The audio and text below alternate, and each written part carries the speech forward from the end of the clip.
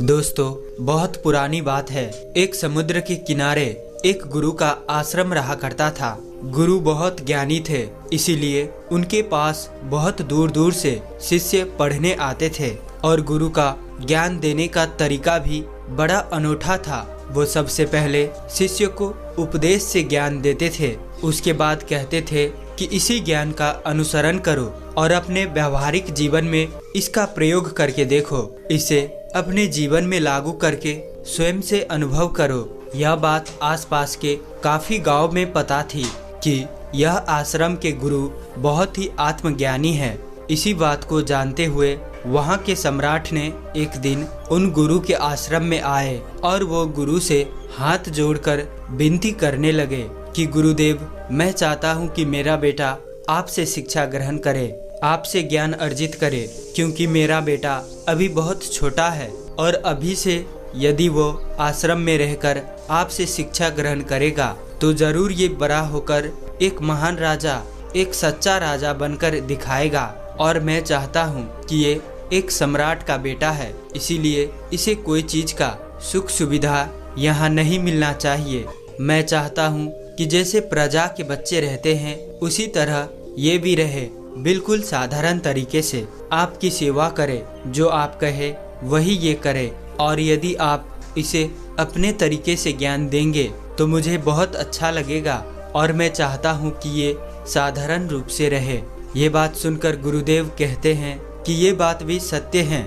जब आप साधारण रूप से रहते हैं तभी ज्ञान अर्जित कर पाते हैं। ज्ञान अर्जित करने के लिए किसी भी इंसान का बड़ा या छोटा नहीं, बल्कि एक निर्मल मन होना चाहिए, तभी वो ज्ञान को अर्जित कर पाता है। आश्रम के सभी बच्चे ये देख रहे थे, क्योंकि सम्राट अपने बेटे को रथ पर बैठा कर लाए हुए थे और आश्रम के सभी बच्चे को पता था कि ये सम्राट का बेटा है। थोड़ी देर के बाद सम्राट वहाँ से चले जाते हैं। अपने बेटे को अकेले छोड़कर जब जा रहे थे तब सम्राट का बेटा अपने पिताजी के बारे में सोच रहा था, क्योंकि वो अभी बहुत छोटा था।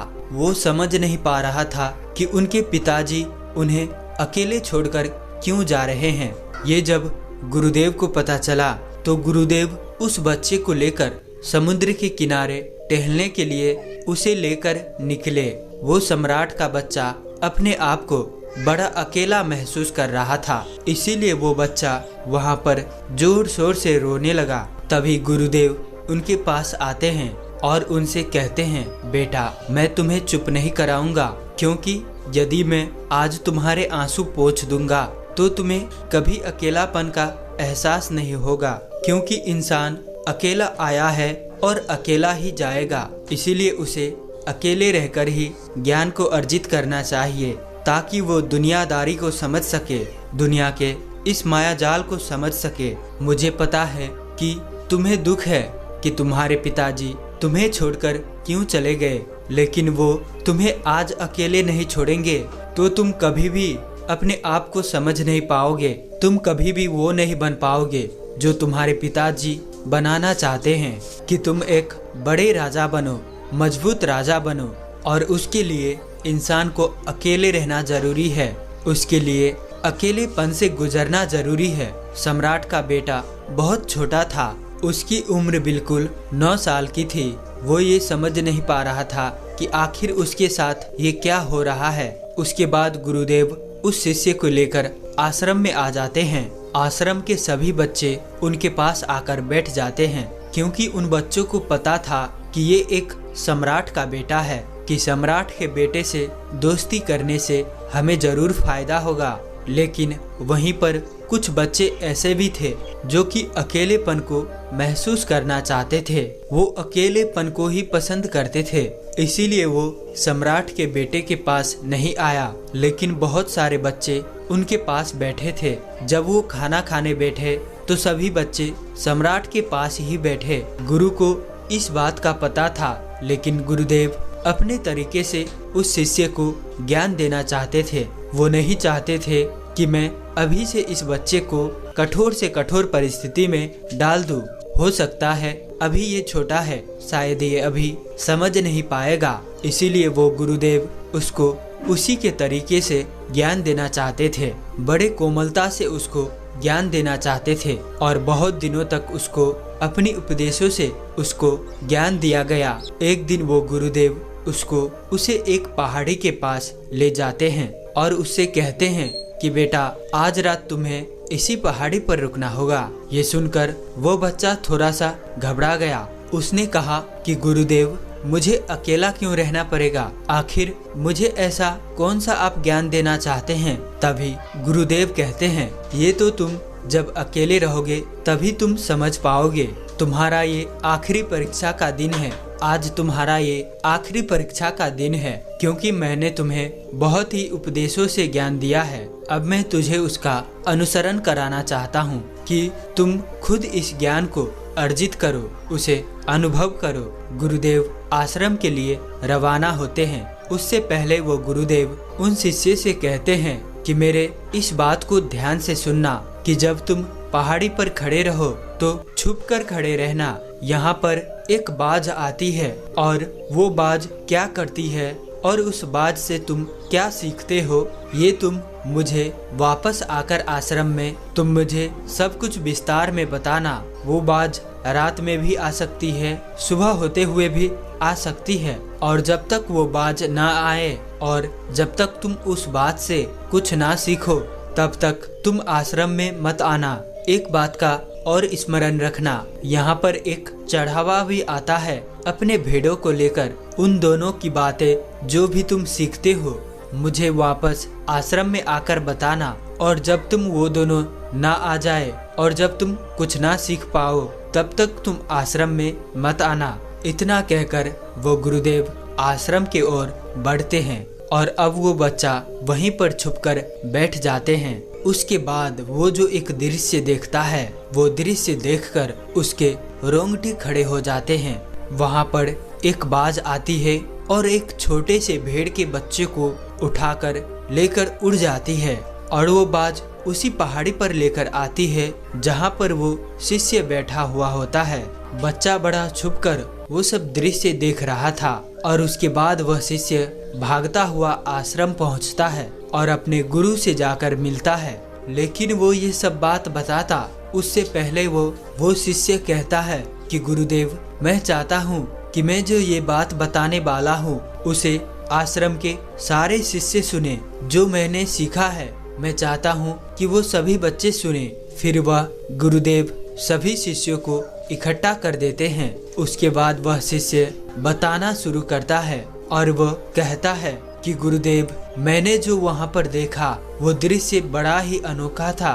और उस शिष्य ने कहा कि गुरुदेव मैंने जब उस बाज को देखा कि वो बाज सभी भेड़ में से उस मेमने को अपने पंजे में लिया, अपना शिकार बनाया, और बाज की इस साहस को देखकर मेरे मन में जिज्ञासा उठी और मैं बाज के जीवन की संपूर्ण ज्ञान लेने में जुट गया। इसके लिए मैंने पूरे 1 वर्ष तक वहाँ पर रहकर उस बाज के संपूर्ण जीवन के गतिविधि के बारे में जाना, उसे अनुभव किया, उसे अपने आँखों से देखा। उस पहाड़ियों पर बहुत से बाज आया करते थे। बच्चा बाज से लेकर बूढ़ा बाज तक वहाँ रहा करता था। इसी दौरान इस 1 वर्ष के भीतर में मैंने ये देखा विभिन्न प्रकार के बाजों को, बहुत सारे बाजों को मैंने देखा। बाज से मुझे पहले सीख मिली। वो शिष्य सभी को सुनाते हुए कहता है बाज की पहली सीख इतने दिनों में जो मैंने सीखा है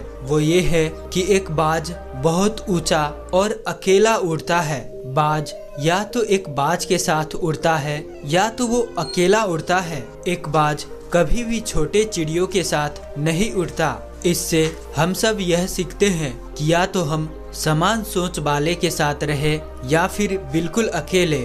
हमें छोटी सोच वाले या नकारात्मकता से भरे दूसरों की टांग खींचने वाले लोगों से दूर रहना चाहिए। और दूसरी सीख जो मैंने एक बात से सीखी है वो मैं आप सबको बताना चाहता हूँ कि एक बाज की नज़र बहुत साफ होती है। वह 5 किलोमीटर दूर से ही अपने शिकार को पहचान लेती है और वह सभी बाधाओं के बावजूद भी अपने शिकार पर तब तक नजर गड़ाए रखता है जब तक कि वह उसे हासिल न कर ले। यहाँ पर हमारे लिए दूसरा सीखने की बात यह है, दूर की सोच कर अपना लक्ष्य निर्धारण करे और एक बार जब अपना लक्ष्य निर्धारण कर ले तो उस लक्ष्य को तब तक ना छोड़े जब तक कि उसे हासिल ना कर ले।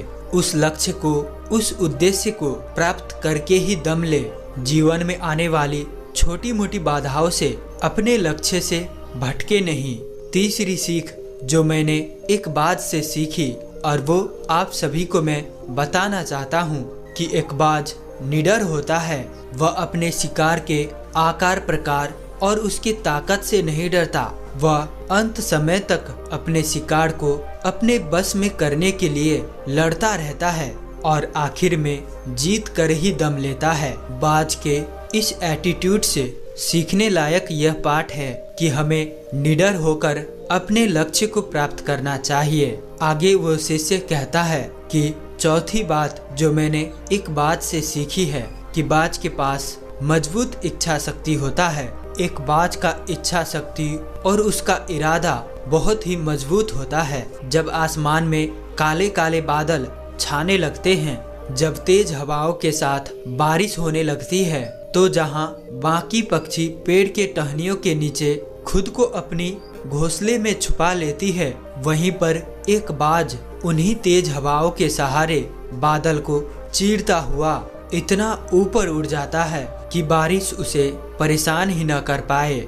और तो और वो इस विषम परिस्थिति में भी इस तूफान का मजा लेता है, उससे घबराता नहीं। इसके शानदार सीख यही है कि खराब समय का रोना मत रो, देखो कि आप इस कठिन समय में अपने लिए क्या अच्छा कर सकते हो, इसी में जिंदगी है। फिर शिष्य कहता है कि मैंने बाज से सीखा वर्तमान में जीना। एक बाज कभी भी मरे हुए शिकार को नहीं खाता, ये हमेशा अपने खाने के लिए ताजे शिकार पर निर्भर करता है।